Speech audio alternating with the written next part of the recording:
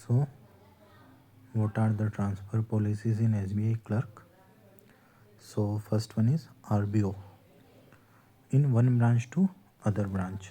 आप किसी एक ब्रांच में हैं, आपको उस ब्रांच से उसी एरिया की या उसी रीजन की किसी दूसरी ब्रांच में जाना है तो जनरली 5 ईयर्स में आपका ट्रांसफ़र होता है। ओके, आप किसी एक जगह पोस्टेड हैं तो आप मैक्सिमम उस ब्रांच में 5 साल तक आपकी सर्विस दे सकते हैं, उसके बाद आपका वहाँ से ट्रांसफ़र किया जाएगा।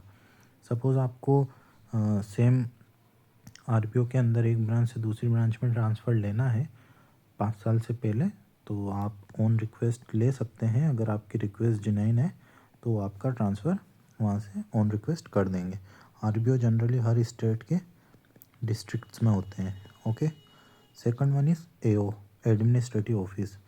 अगर आपको स्टेट के किसी एक सेम स्टेट के एक एरिया से दूसरे एरिया में ट्रांसफ़र लेना है तो उसको इंटर एओ ट्रांसफ़र कहते हैं। इंटर एओ के लिए एसबीआई क्लर्क 3 साल में एलिजिबल होता है।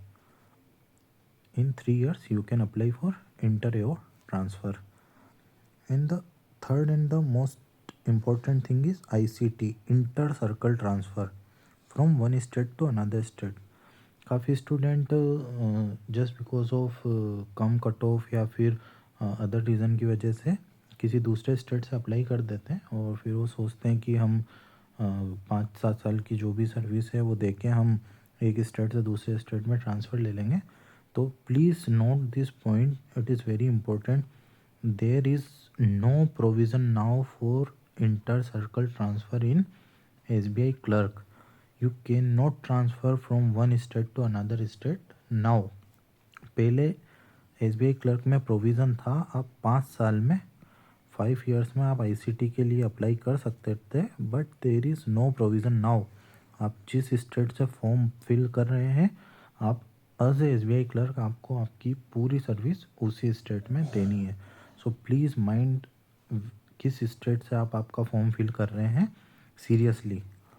Okay, and if you have more any queries related to SBI, any post, SBI PO or SBI clerk, you can ask me anything about this on my Instagram page, which is lavish.banking. Anything about banking preparation, banking queries, you can ask me here only. Okay, thank you.